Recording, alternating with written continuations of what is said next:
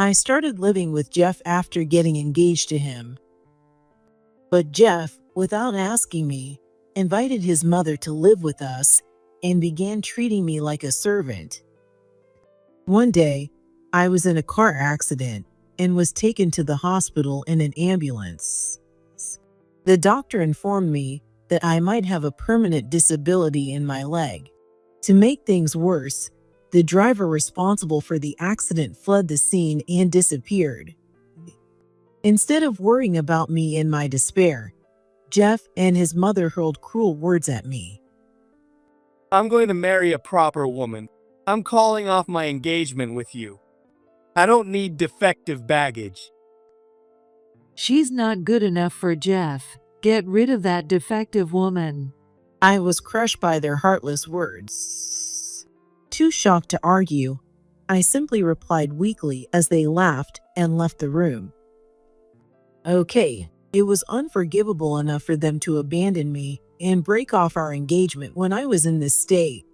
But to know that Jeff already had someone else lined up was humiliating. He discarded me and planned to marry another woman. How far did they think they could push me? A boiling rage surged from the pit of my stomach, heating my entire body. You'll pay for this. I'm not letting you get away with it. My name is Annie. I'm a 45-year-old housewife. I've been engaged to Jeff, who's 2 years younger than me, for 1 year. We met through my best friend, Rachel. Jeff was funny and loved sports games and trying different restaurants. Since I've always been soft-spoken, I've tended to be attracted to people who are my opposite. When I told him I lost my parents in an accident when I was in middle school, he shared that he had also lost his father around the same age. That unexpected connection brought us closer. We started dating seriously, planning for marriage, and eventually moved in together at my place after Jeff proposed. However, after moving in together, I began to see Jeff's true colors. In college, Jeff was a soccer player, and he was tall and had a huge appetite. I enjoyed watching him devour large servings at restaurants because I was a small eater who liked good food, but in small portions. There was something satisfying about watching him eat hearty bowls of pasta or burgers with relish. However, Jeff had the same eating habits at home. Of course, I had agreed to live with him knowing he had a big appetite, so at first, I happily prepared large batches of meals. I work full-time and often get home later than Jeff due to overtime. But when I returned home exhausted, I would find the pot empty, the meal I saved for myself gone from the fridge, with only shredded cabbage left. Jeff, did you eat my portion too? When I confronted him, Jeff, watching a soccer game, puffed out his cheeks in annoyance. Well, yeah, there wasn't enough for me. I was stunned. 2 pork chops, onion soup, a mountain of potato salad, and garlic bread. And that wasn't enough. Swallowing my frustration, I ran to the nearest shop to grab something for dinner. This happened several times after that, but since I hated conflict, I didn't scold Jeff. I simply made another dinner. Looking back, maybe I was at fault for not standing my ground. Eventually, Jeff's eating spree worsened. Even though it was just the 2 of us, I would cook enough for 4 or 5 people, but it would all be gone by the time I got home. If that wasn't enough, he ate up cup noodles and frozen pie. Even when I stuck notes on the food saying, "Please don't eat," he'd ignore them. During meals together, Jeff's behavior was just as bad. He'd reach over and grab pieces of my meat or fish without asking. When I protested, he looked at me in confusion. Annie, you eat so little. I'm helping you finish it so it doesn't go to waste. I was about to eat that. At least ask me first. Sorry. He'd laugh it off, but the next day, he'd do it again. Jeff, having lived with his mother all his life, couldn't cook at all. Meanwhile, I had been living on my own since I graduated from college after leaving my uncle and aunt's home. So, I was responsible for planning the meals, doing the grocery shopping, and cooking everything. I could cook larger portions, but the shopping, cooking, and storage space in the fridge limited how much I could make at one time. Naturally, after 6 months of living together, Jeff's health check revealed that he was overweight with high blood sugar levels. When I told him to cut back on food, he puffed out his chest. Big guys look more impressive, but women, you need to stay slim. What's that supposed to mean? Jeff smirked at my shocked expression. Annie, you don't want to look ridiculous if you put on more weight, right? I'm doing you a favor by eating it. Excuse me, I'm within a normal weight range. Before I could finish my sentence, Jeff's arm reached forward again. Jeff scooped out the entire limited edition pudding from the popular shop and ate it before I could stop him. All that was left was a thin layer stuck to the bottom of the cup. This pudding is awesome. Get some more for me, okay? Waiting in line is such a pain. Annie, I'm counting on you. Without any sign of remorse, he flashed a huge grin and walked away from the dining table. As I tried to contain my frustration, my mother-in-law called me. Annie, what time will you be home tomorrow? Me? I think it'll be after 7 p.m. Wondering why she was asking, I vented to her about what had just happened. Her response was to scold me. Jeff actually enjoys your awful cooking. How dare you complain? But he's been eating all the side dishes recently, even going through the pantry for the preserved food. When I protested gently, she shot back furiously. Jeff works hard, so you need to feed him well. Unlike you, he has a real job. She yelled in a high-pitched voice and hung up the phone. I sighed and pressed the end call button. As the months of living together passed, Jeff's arrogance grew worse and worse. In the beginning, he would help out with chores other than cooking, but after 6 months, he stopped doing anything. Jeff, when I come home late, can you bring in the laundry? And please clean the bathroom like we agreed. Jeff, lying on the couch, scrolled through his phone without looking at me. Man, I'm exhausted after work. I get hungry too. Can't you handle that much, Annie? I'm tired too. We agreed on this from the start. Jeff frowned and cut me off. Enough already. I work at a big company and make more money than you, right? Besides, you're a woman. You should be able to balance housework and work. Everyone else does. Whenever Jeff got upset, he would give me the silent treatment for days. When I couldn't stand it anymore, I gave in and apologized to him and ended the fight. Just as I started feeling anxious about my life with Jeff, an even bigger problem appeared. His mother moved in without any warning. I'm home. Wait, what? I froze as I stepped into the living room. A huge stack of cardboard boxes was piled in the corner of the room. There, my mother-in-law, Mary, was sitting on the couch next to Jeff, casually laughing at the TV. She would occasionally drop by to visit Jeff, not me, but seeing her car in the driveway on a weekday was unusual. Oh, Annie, you're back. Hurry up and make dinner. I'm starving. So, you're here, Mary. Jeff, can I talk to you for a second? I motioned for Jeff to come to the hallway and whispered, "What's with the boxes?" Isn't it obvious? It's Mom's moving stuff. She's living with us now, so get used to it. This is too sudden.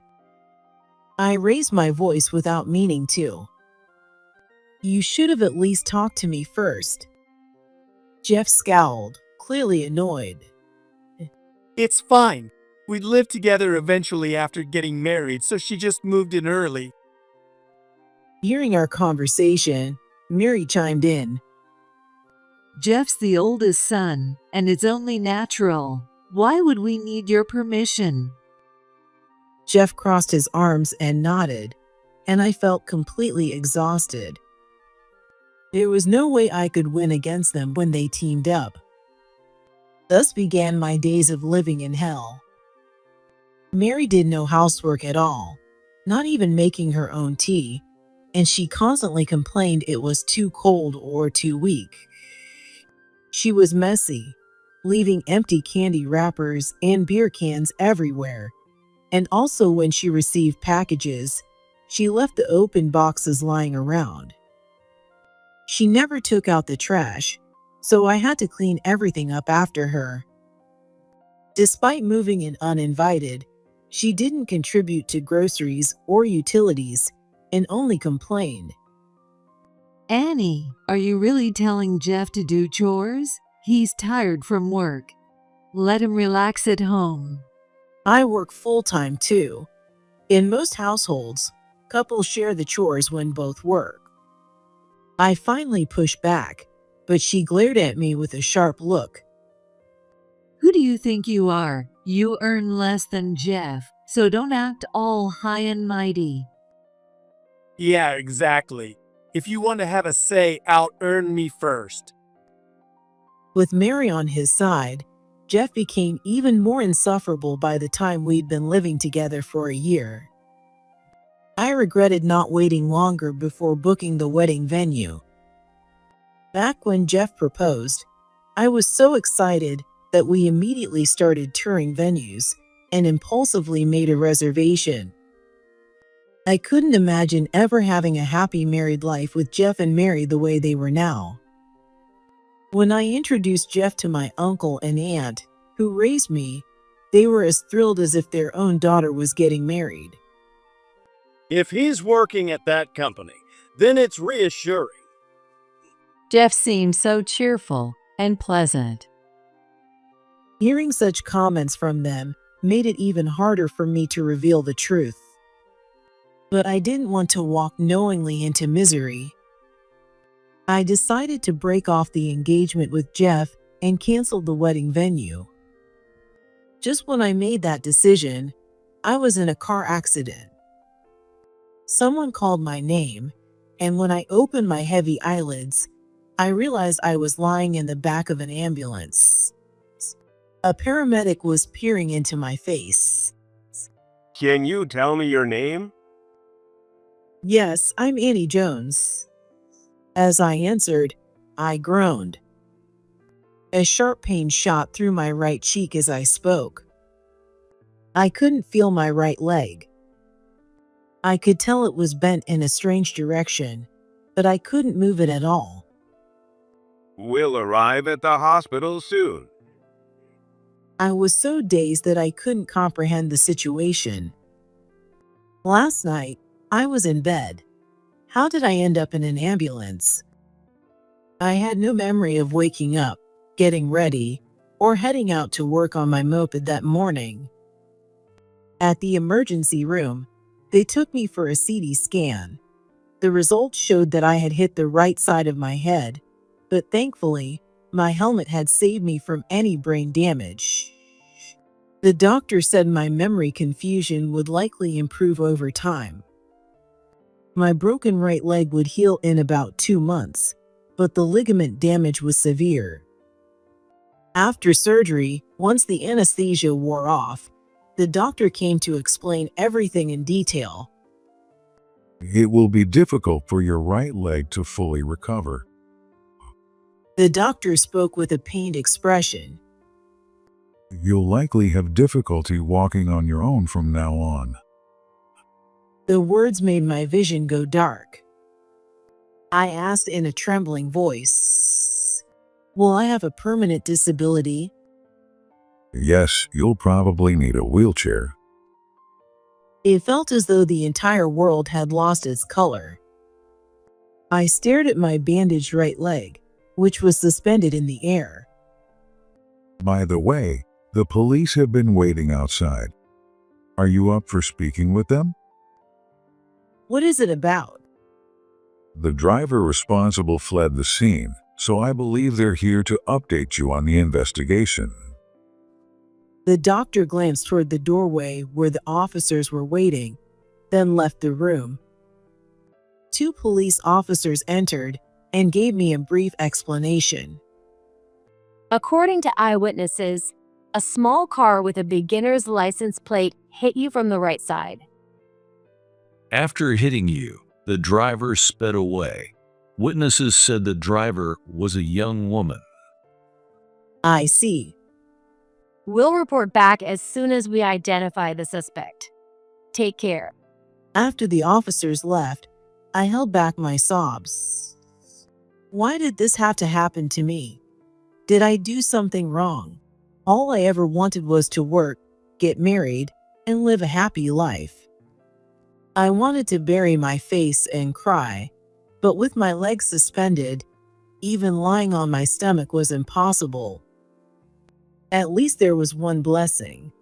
I was in a private room since there were no vacancies in the shared wards. Suddenly, the door swung open without a knock. Come to think of it, before the surgery, a nurse asked, "Would you like us to contact your family?" I had messages sent to my uncle and aunt, my coworkers, and Jeff to explain the situation. My uncle and aunt, along with some of my coworkers, rushed to the hospital before the surgery and looked like they were about to burst into tears when they saw me. Even Jeff and Mary, who were usually indifferent, would surely show some sympathy when they saw me like this, or so I hoped. But that fragile hope was quickly shattered. Jeff pointed at my tear-streaked face and laughed out loud. What a hideous face. You were ugly to begin with, but now you're all swollen like some kind of monster. Jeff, stop that. Annie's been through a lot of pain. Even though Mary tried to scold him, she couldn't hold back her laughter and snickered. So, when are you getting out of here? You need to get back to cooking soon. Yeah, that's the only thing you're good for after all. Their insensitivity filled me with rage. "I'm injured. Can't you say something more appropriate? I'll probably need to stay for about 2 months. In the meantime, we'll need to cancel the wedding venue." Then who's going to take care of us? I continued speaking to Mary, who was voicing her complaints.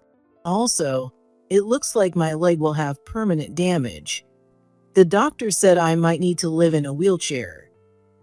Jeff and Mary exchanged glances. Then Jeff suddenly spoke up as if he had just remembered something.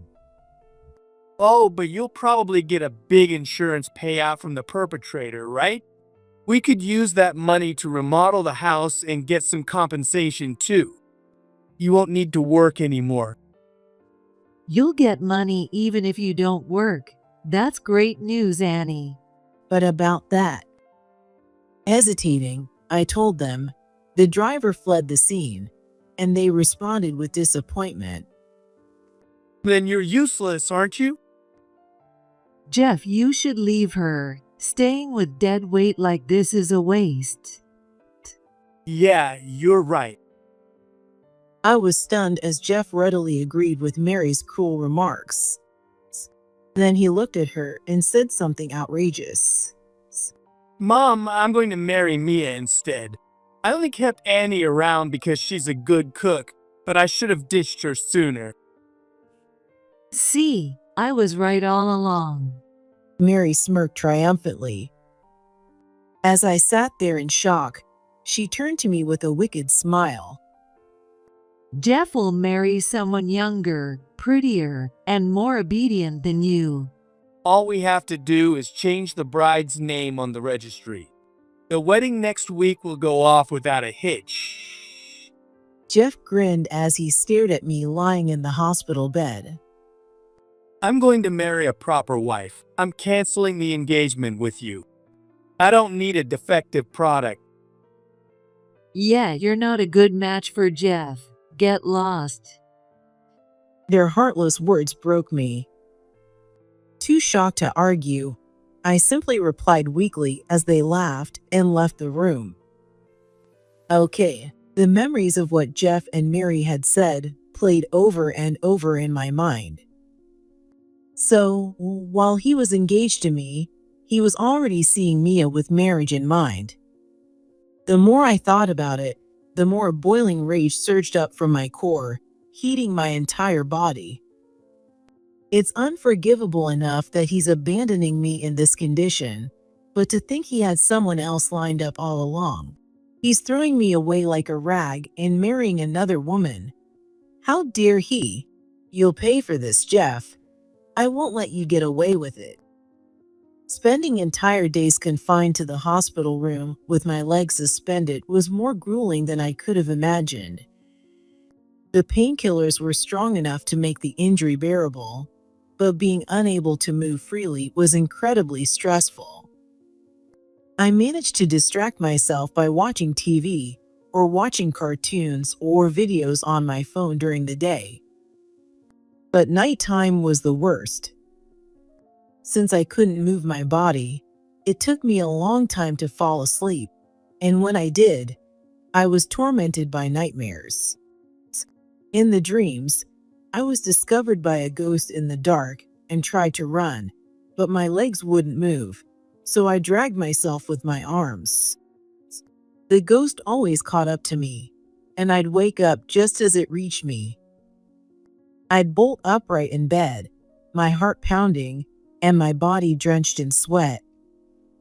As I gasped for breath, I realized it had just been a dream, and the relief drained me of strength. It was hard to fall asleep again, and I often ended up scrolling through my phone until morning. After 2 consecutive nights of nightmares, I told a nurse about it, and she gave me a sleeping aid. She explained that many patients struggled with insomnia due to poor health and unfamiliar surroundings. Following her advice, I took the sleeping pill and finally slept soundly through the night. I felt a bit more at ease. Still, the thought that Jeff was living his newlywed life while I was stuck here made me nauseous. But I expected it was about time for Jeff to start crying. 3 days after the accident, I had just finished my dinner, which the hospital staff had taken away, and was absent-mindedly looking at my phone when a call came in. It was Jeff. I ignored it at first, but he kept calling repeatedly. Annoyed, I finally answered. Yes. Hey, what the hell is going on? Without even identifying himself, he immediately started yelling. I knew exactly why he was calling, but I played dumb and asked curtly, "What do you want?" The real estate agent came and told me I had to leave the house by the end of the week. And why the hell did you sell my car without asking me? It's my house and my car. I can do whatever I want with them, right? I replied coldly, and Jeff's voice grew pathetic. I was getting the house ready to bring Mia in. How can you kick me out all of a sudden? That's insane. That's not my problem. I shut him down firmly. That house was a gift from my uncle and aunt when I graduated from college and moved out on my own. I was planning to live there for a long time, but since I'll be in a wheelchair, I'll need a major remodel. Yeah, I figured as much. Jeff surprisingly accepted it without argument. It's a big house, so I figured I'd sell it and move to a one-story home. That's fine, but why are you kicking us out? He asked with a puzzled look, and I couldn't help but shout, "So?" "Because you're strangers to me, of course." We're not strangers. I'm your ex-partner. Oh, I get it. You're worried you'll feel out of place if I bring Mia over, huh? Jeff began talking nonsense. I don't mind at all. It's a 3-story house. You can stay on the first floor, Mia and I on the second, and Mom on the third. We can just divide the space like that. I pressed my temples and exhaled deeply at his ridiculous suggestion. Wasn't it you who forced me to live with your mom in the first place? I could feel my irritation rising, but I kept my voice calm. And the car, you were the one who said, "If you barely drive it, I'll use it instead," and took it for yourself. Don't you think that's selfish? Jeff suddenly went quiet. After a moment, he muttered, Mom thinks I paid for the house and the car. "Then just tell her the truth. Why try to impress people with lies?" I told him, half exasperated, and Jeff's face stiffened. I know, but Being stubborn, he continued to argue. look, can't you hold off on selling it? Mom really likes the house. If we have to move, she says it needs to be just as nice, and there's no way we'll find something that quickly. If you pay $1,000 in monthly rent, I might consider letting you stay. Jeff raised his voice in anger at my proposal. Are you kidding me? You're heartless.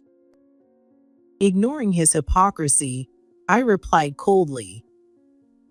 Fine, I'll figure it out myself. With that, Jeff hung up, clearly frustrated. By the time I could use a wheelchair with the help of nurses and was allowed to visit the common room and the gift shop, Jeff and Mary showed up for a second visit. I expected them to look defeated after being kicked out, but to my surprise, they seemed lively. Well, poor girl, your swollen face looks a bit better now. Still ugly, though. Their childish taunts made me roll my eyes as I spoke. So, have you finished moving? Or are you still living in a hotel? I honestly didn't care, but I asked anyway, and Mary's face lit up. Jeff's got a great income, so he found us a wonderful place right away. A brand new apartment on the 15th floor. The night view is stunning. Well, good for you, I replied in a flat tone, and Jeff smirked as he continued to mock me. With that leg, you're probably getting fired, right? If they don't catch the driver, you'll have to pay all your medical bills yourself. And if you need long-term care, that's going to cost a fortune. I wanted to say, there's a cap on out-of-pocket medical expenses, so my share is minimal, but I stayed silent out of annoyance, and Mary chimed in excitedly. It's karma. You brought this on yourself. Defective people like you should live off disability benefits and stay poor forever. I'm enjoying my newlywed life with Mia. Unlike you, she's obedient to Mom and doesn't complain even if I eat a lot. She's such a wonderful wife. I can't wait for grandchildren. Unless you have anything else to say, leave, I said tiredly, and they both looked indignant. We came all the way to visit and you're still as rude as ever. That attitude of yours is why I broke off the engagement. How was this a visit when all they did was hurl insults without even bringing so much as a box of cookies? Just as I was considering kicking them out of the hospital room, there was a knock, and a nurse appeared at the door. She had a slightly surprised look on her face. Annie, you have a visitor. May I show her in? Curious, I nodded, and a timid young woman in her early 20s stepped hesitantly into the room behind the nurse. The moment she saw me, with my right leg in a splint and my face bandaged, her eyes filled with tears. I can't believe what I've done. She rushed to my bed and burst into sobs. Jeff and Mary exchanged confused glances at the unexpected visitor. "Were you the driver during the accident?" I asked, and the woman nodded as tears streamed down her face. I'm the one who caused the accident. Standing up, she hiccuped as she introduced herself. When the accident happened, I panicked and ran. But ever since then, I haven't been able to eat or sleep properly. She spoke between sobs. My mom was so worried about me locking myself in my room without eating that I finally confessed everything. She scolded me through tears and told me to come apologize in person before turning myself in. The woman raised her voice in apology. I'm so sorry for what I've done. Her shoulders trembled as I spoke to her in a calm voice. "Thank you for coming forward and confessing. I thought I'd unleash my anger when I faced her, but I couldn't find the words. Of course, I resented her for what happened to my body and felt rage, but her genuine remorse came through so strongly that I couldn't bring myself to berate her." The woman left the room, and Jeff let out an exasperated sigh. How boring. If she'd stayed in hiding, Annie would have had to pay everything herself. Jeff, the odds of a hit-and-run driver being caught are 52%. They're usually arrested based on eyewitness reports, like license plate numbers. Jeff's eyes widened at Mary's explanation. So she would have been caught sooner or later. Exactly. And besides the settlement, you'll get the hospital benefits, right? You're listed as the beneficiary on her life insurance. I'd nearly forgotten, but when Jeff and I moved in together, I had switched my insurance policy to list him as the beneficiary. You can't change the beneficiary just because you didn't expect him to be this kind of person. So if you process the insurance claim, the entire payout will go straight to Jeff. Mary grinned and handed me a large envelope from the insurance company. You've got plenty of time in the hospital, right? You should read it over again. Thanks, Annie. You're such a generous ex-partner. After they left, looking rather pleased with themselves, I glanced down at the insurance paperwork and let out a quiet laugh. The following weekend, I was chatting with my friend Rachel over iced tea when the door to my hospital room suddenly flew open. Annie, you conniving witch. Jeff stormed in, his face twisted in rage, gripping his phone tightly in his hand. "Hey, I have company. Can't this wait?" Shut up. Look at this. Rachel and I exchanged glances before peeking at his phone screen. It was a long, furious text message from Mia. Jeff, you were engaged to Annie while you were seeing me? And you were even living together? I can't believe it. No, Annie was the one who kept coming after me. Jeff stammered, trying to make excuses. The mansion you showed me, it was Annie's house, wasn't it? And that lie about living in an apartment while it was being remodeled. What a pathetic liar. I'm sorry, Mia. Please forgive me. I can't trust you or Mary anymore. Jeff's apology only added fuel to the fire, making Mia even more furious. So, who told you all this? Does that even matter? And you only wanted to marry me because I am a nurse, right? So I'd take care of your mom someday? How? How do you know that? Jeff's confusion was clear even through the messages. So it's true, isn't it? I'm not some caregiver for Mary. I'm sending you the signed divorce papers and file them yourself. Wait, Mia. I really love you. I don't want to lose you. And that was where the conversation ended.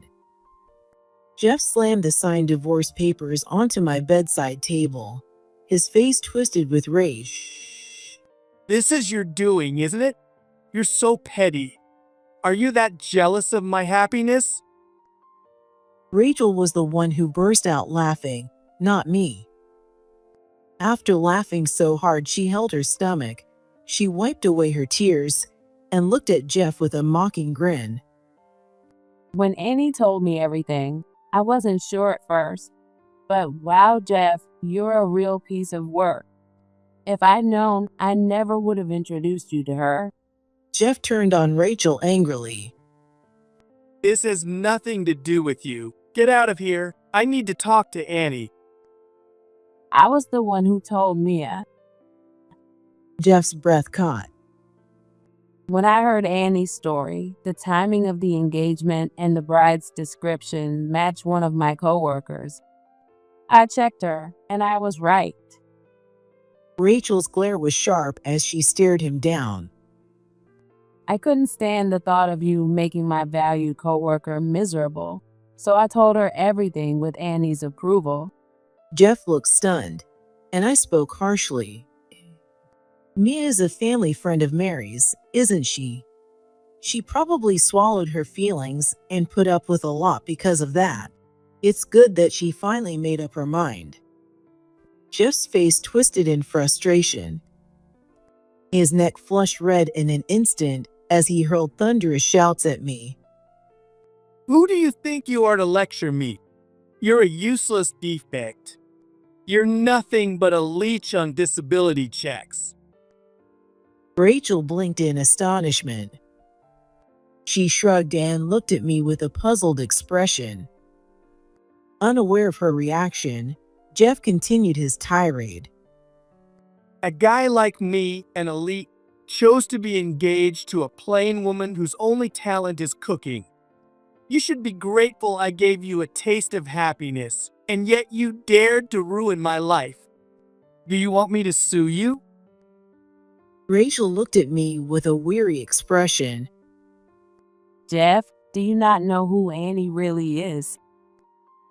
I told you my family works in healthcare, but if I told Jeff and Mary the whole truth, they'd probably start begging me for money.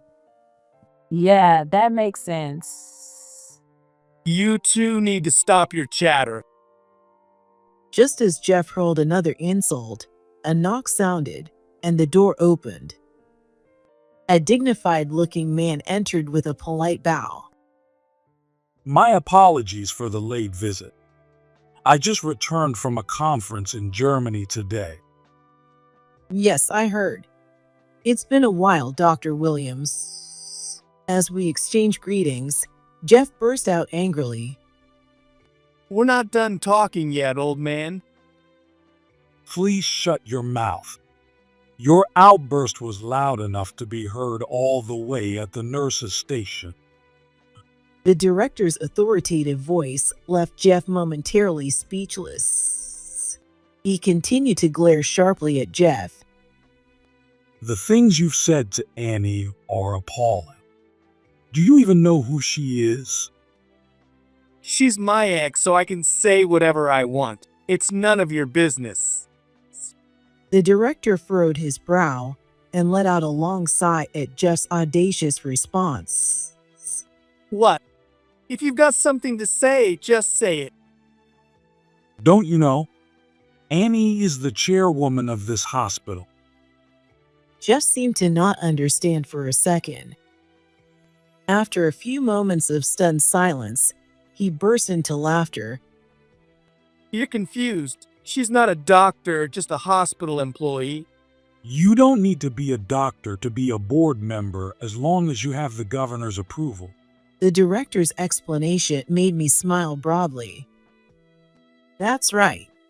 I never mentioned it to you, but I inherited all the land for the affiliated hospitals from my parents. It's worth about $200 million. Rachel delivered the final blow to Jeff, who stood there, mouth agape. Annie was offered a VIP private room but turned it down because she didn't want special treatment. Of course, rooms like that should be kept available for seriously ill patients. The director's face softened into a smile. That's why everyone on the board admires you, Annie. Jeff, who had been frozen in place, finally came to his senses, looking utterly embarrassed.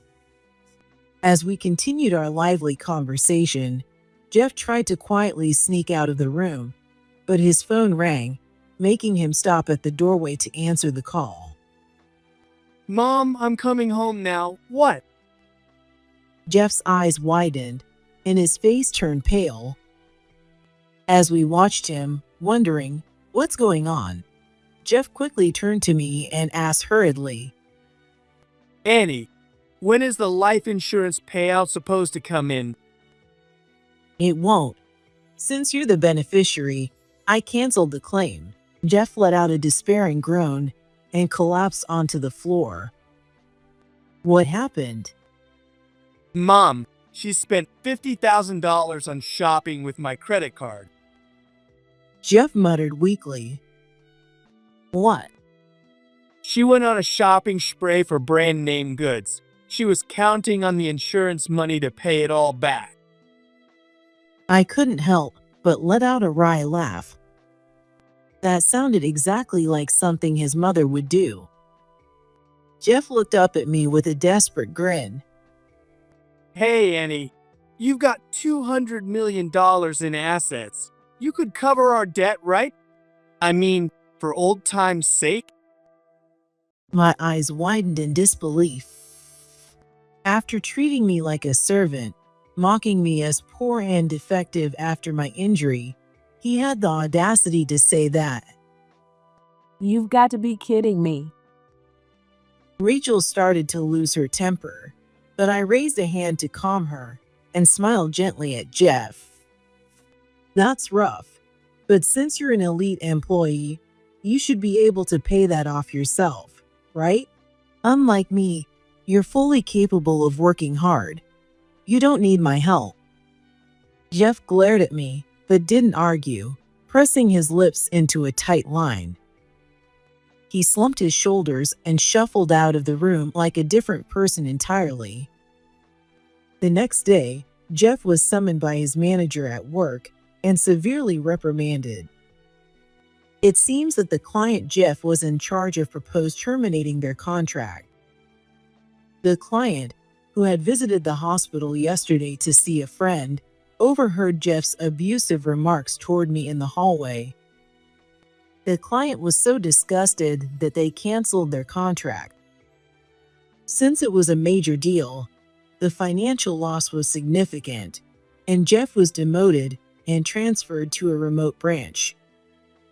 Once word of his disgrace spread, his colleagues began to shun him. Jeff became despondent and eventually quit his job. He ended up juggling several part-time jobs to slowly pay off the massive debt his mother had racked up.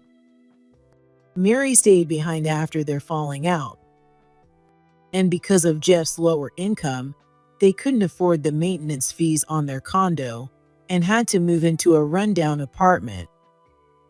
Since Mary was terrible at cleaning, their new home quickly became a hoarder's nightmare, earning them a bad reputation with their neighbors. As for me, after kicking Jeff and Mary out, I had planned to sell my house and move to a one-story home. However, as my leg began to heal, I decided to cancel the sale and stay in my home. Although I had been told I'd never recover, after 3 years of rigorous rehabilitation, I was able to walk again. I still feel pain when I run or crouch, and long walks are difficult, but I'm grateful that I can go shopping or travel without relying on a cane or wheelchair. The driver responsible for the accident was arrested and given a suspended sentence for reckless driving resulting in injury. Since she seemed genuinely remorseful, I chose to settle and not pursue charges. She gave up her license and has since turned her life around and is now living responsibly. I also received divorce settlement money from Jeff through my lawyer. Although I didn't need the money, I collected it as a matter of principle. After being divorced by Mia and estranged from Mary, Jeff now seems to be lonely. He even sent me selfish messages like, "Annie, you're the only one for me. Let's try again." So I blocked his number immediately. Getting engaged and living with someone like Jeff was a complete waste of time. But thanks to this ordeal, I grew closer to Rachel, and my time in the hospital gave me insights into both the strengths and weaknesses of the hospital I manage. I've shared these findings with the board to help improve our work.